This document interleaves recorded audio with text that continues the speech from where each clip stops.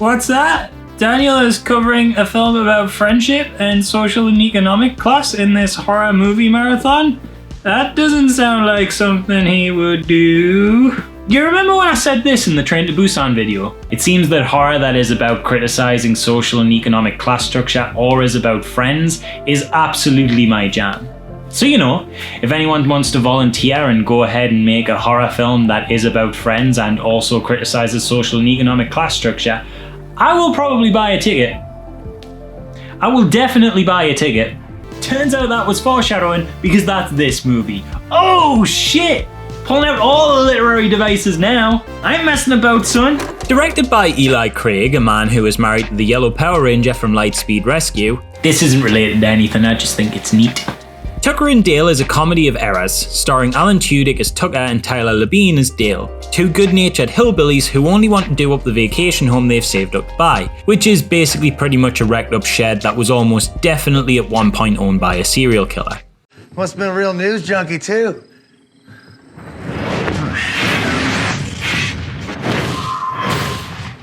Chubby's Chili Dog Depot.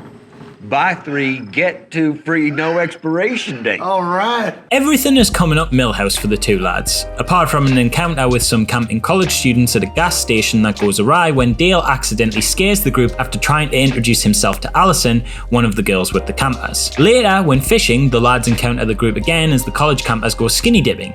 During this, Allison takes a fall and knocks herself out, so Tucker and Dale save her from drowning. But when they start shouting, "We got your friend," back to the other campers in order to let them know she's safe but might need their help, this is massively misinterpreted.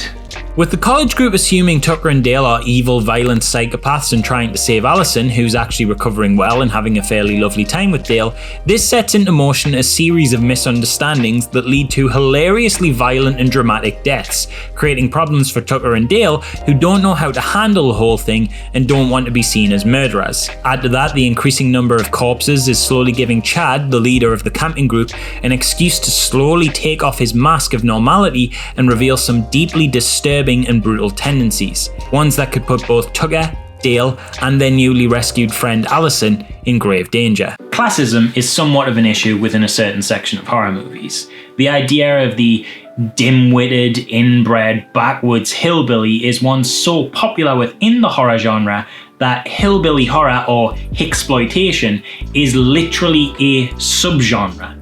And some of the films that fall into these trappings are even considered bona fide classics. Films like The Hills Have Eyes, Texas Chainsaw Massacre, Just Before Dawn, The Hills Run Red, Mother's Day, Cabin Fever, Redneck Zombies, Wrong Turn, 2000 Maniacs, honestly literally too many to list, all feature some variation of a kind of desperately stupid, uncivilized and barbarically violent community that are in some way reflective of the stereotypical imagery associated with the American working class. They often have broken family dynamics, are conventionally unattractive or deformed, they can be xenophobic and are always poor, and they all exist on the fringes of society, outside of the kind of suburbanite and city lifestyles the victims, who are more often than not middle to upper class, they torture and kill are part of. This isn't even a uniquely American criticism. Slovenia's Killbillies, Australia's Wolf Creek, and my own country's Eden Lake all find their frights in working class stereotypes. They're all about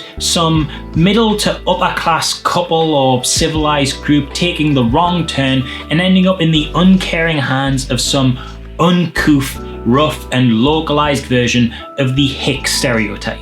Australia's Wolf Creek got the distinctly Australian cowboy hat-clad, gun-toting xenophobe Mick Taylor. Slovenia's Killbillies got these kind of ambiguously Romani-type women, but then the men wear like lederhosen. I think you're mixing your European stereotypes with that one there, lads. And then most ridiculous to me, Eden Lake's torturous, violent villains are literally just some kids in tracksuits and hoodies. Really? Howie.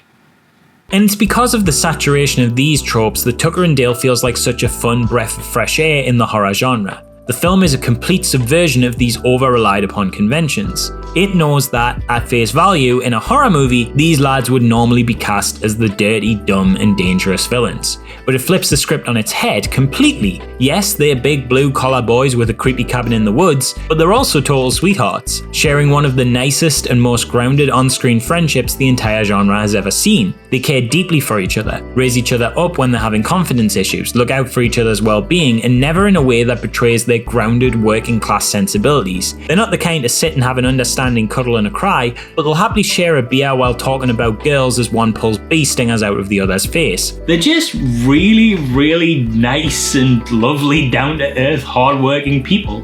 And the only reason anyone in this film dies at all is because some preppy little shitheads just assume them not to be based on pre-existing prejudices.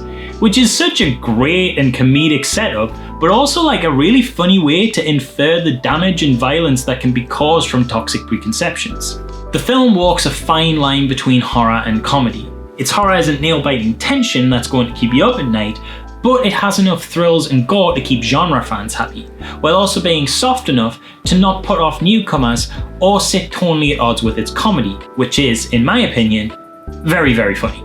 The gags and dialogue are extremely memorable, and the phrase "we've had a doozy of a day" delivered in Alan Tudyk's signature hillbilly cadence will never fail to make me giggle. It's so good at using the conventions and iconography of the horror it satirizes as a punchline. One of my favourite visuals sees Tucker come flying out of the cabin, wildly flailing his chainsaw Leatherface style and terrifying the college kids, when in actuality, he's just freaking out because he's being chased by bees. And the increasingly farcical ways in which accidental violence occurs is brilliant, like Final Destination by way of slapstick-style mishaps. This is honestly one of my all-time favourites. It's easily one of the best examples of horror comedies you could possibly find, with a foot planted firmly in both sides of the genre. It's a film that's not only entertaining, but has a fair amount to say between all of its jokes and violence, and it communicates these ideas well. The protagonists are lovely and sweet, the villain is suitably douchey, and the through line of friendship and romance that runs through the whole narrative is incredibly wholesome. It's well directed,